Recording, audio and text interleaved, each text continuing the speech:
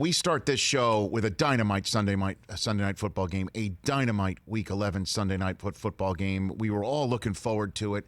I called my shot earlier in the week saying that the Raiders were going to win this game. I was so close. So close. I downgraded it to the unlockiest lock of the week at the end of last week because I was genuinely concerned how a team's going to stop Patrick Mahomes. It's tough to stop Patrick. Let's put it this way: it's tough to stop Patrick Mahomes any given Sunday or Sunday night or Monday or Thursday, or I guess in the case of last night, a Sunday night coming off a week in which much of your starting defense, didn't practice because of COVID-19 protocols. And sure enough, man, the Raiders hit the Chiefs in the mouth. The Raiders are a physical football team that plays at a fast speed. It truly is in the mold of an Al Davis 70s team. It really is truly in the mold of throw deep when you can, hit you in the mouth when it is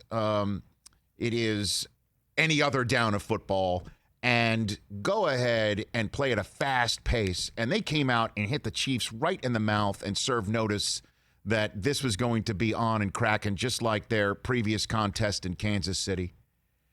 And Kansas City came right back, and then the Raiders hit them, and then Kansas City came right back. It was just great. And I'll tell you this, I know I've had my fun about how Gruden doesn't like any of his quarterbacks, and he's constantly, shopping for the next one or collecting quarterbacks like some sort of odd football menagerie. And, and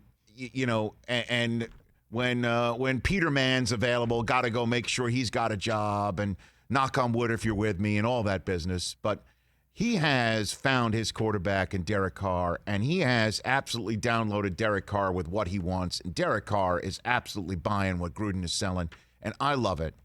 He is really, really, really good. And I know it's low-hanging fruit to bash Derek Carr for whatever reason because of his brother on Twitter or what his brother did before Derek did, and then Derek was crying when his ankle was broken supposedly in that one year where he had the Raiders set up for success. But he's really a dynamite quarterback in this league. He hit so many of his receivers on the hands last night and desperately tried to regain the lead for the Raiders that he constantly gave them against the defending Super Bowl champs who came in off a bye with a chip on their shoulder, and Patrick Mahomes playing at the very top of his game. We are almost 11 weeks in the books here. Thank God.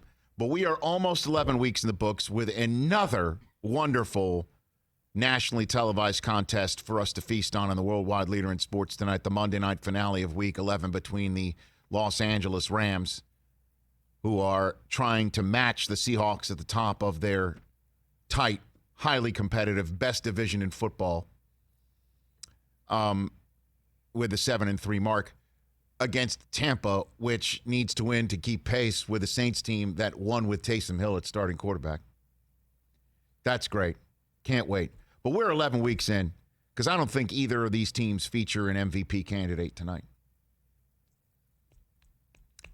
Patrick Mahomes is the most valuable player in the National Football League in 2020. He was my choice before the season. I felt it in my bones, and I knew my colleagues in sports media would begin to treat him like Belichick for a Coach of the Year award, or Popovich, or Phil Jackson for a Coach of the Year award, or Jordan for an MVP. Look, guy's already water skiing behind yachts. Why bestow another one on him when we can start giving out well-deserved laurels to so many others who haven't either gotten a vote prior to this season in the MVP campaign, despite great years at the controls of their offense? Russell Wilson, Ben Roethlisberger leap to mind, and Ben is the quarterback of an undefeated team right now. Well-deserved. And we could start throwing it open to people like Derrick Henry, who deserves the conversation as well, after he comes up with his second walk-off overtime touchdown of the year. God, that was amazing. And the Baltimore Ravens made sure that they'd be ready for this rematch by getting Calais Campbell. Unfortunately, he was not healthy for yesterday's rematch. And Derrick Henry in the third and fourth quarter kept hitting his head on the goalpost in the same manner in which he won and dunned the one-seeded Ravens last year. Got it. Understood. They are terrific football players and deserving of the kudos and deserving of the conversation of saying, hey, they are pretty damn valuable for their teams. But the most valuable player is Patrick Mahomes in this league this year. He's amazing. He is amazing. And I know, I see it on Twitter how much crap Collinsworth gets that he sings his praises. And I'll take those slings and arrows too. He deserves it. We don't see anybody like him. He is truly a 21st century quarterback. Run, throw, neck up. He's got it all, man. He's got it all. And he's got the weaponry. Got to win a football game. Got to move him down the field for a field goal for a tie, which is the way most people would think. Most teams would be equipped to think, got to get that 3, at least force overtime, see what we can do. With him, it's just like, okay, the three is really just, a given. The 7's the cherry on top. and in Vegas, it was more than just 3 cherries when that one-armed bandit got down the field. He is amazing. Let's dial up a play for the win, everybody. Let's dial up a play with the win. You got the Cheetah and Tyreek Hill, who's the first option, but the second option is Travis Kelce. And look, I love Jonathan Abram. He's a thumper. He lets Kelce get behind him, and then Mahomes goes out of the pocket. He starts running towards him. I guess you can't blame him because he is so damn difficult to put down on the turf, and you've been spending the entire game trying to put him on the turf, and he's out of the pocket. Just leaves Travis Kelce wide open. Literally, you could probably measure from one side of Las Vegas Boulevard to the other with all the lanes of traffic, and that's how wide open, like standing in the middle. It was very wide open. Touchdown. 348 yards, 2 scores against a quarterback who was absolutely on point, top of his game in Derek Carr.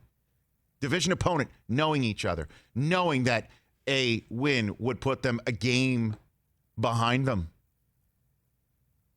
at 7-3, 8-2, back pocket filled with a tiebreak because they swept him.